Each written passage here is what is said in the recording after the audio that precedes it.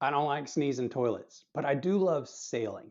I live in Charleston, South Carolina. I have a sailboat here, and last Memorial Day weekend, we sailed down to Beaufort, South Carolina. There's a national cemetery there we like to go to and just participate in the ceremonies that day.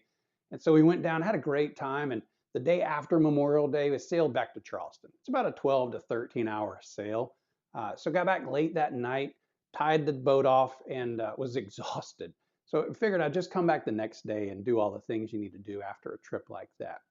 So went home, got a great night's sleep, and came back the next day late that afternoon, and it had been a hot day, just one of those hot, sticky, southern humid days, and began cleaning the boat. And one of the things you need to do is simply empty the holding tank on the toilet. But what I had done was I had left the flap between the toilet bowl and the holding tank completely shut and sealed. Should have left a little crack, allow ventilation to flow. But between the holding tank being half full and the heat of that day, expansion had set in, and it looked like that toilet was about to explode. And it's the last thing I needed in a small space. So the lid was open. I knew I needed to release the pressure. So I went down and I grabbed the flap and I pulled it as quick as I could. And as soon as I did, that toilet sneezed all over me. It was exactly like you would imagine it to have been. There was a bottle of cleaner on the counter. I grabbed it, I sprayed it all over my face just to help clean up. But I had forgot that was an empty bottle I had filled up with vinegar. Vinegar is a great cleaner on a boat, but not so good on the face.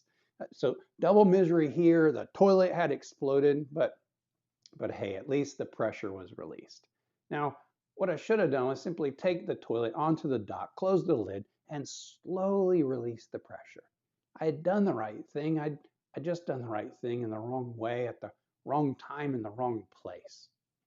Now, when I got home from the marina that day, I was sharing this story with my wife, and she so lovingly reminded me that at times I've been a sneezing toilet, especially those moments early in our marriage where I let pressure build and communication falter, and which led to those explosive moments and hurtful words. I'm sure none of you have experienced anything like that. Now, after nearly 25 years, we've learned a thing or two about the value of open communication, hopefully catching those rising tensions before they boil over. So I would just say, for the sake of our loved ones, our friends, our coworkers, let's remember to prioritize open and gracious communication, preventing pressure from building so that we don't become a sneezing toilet.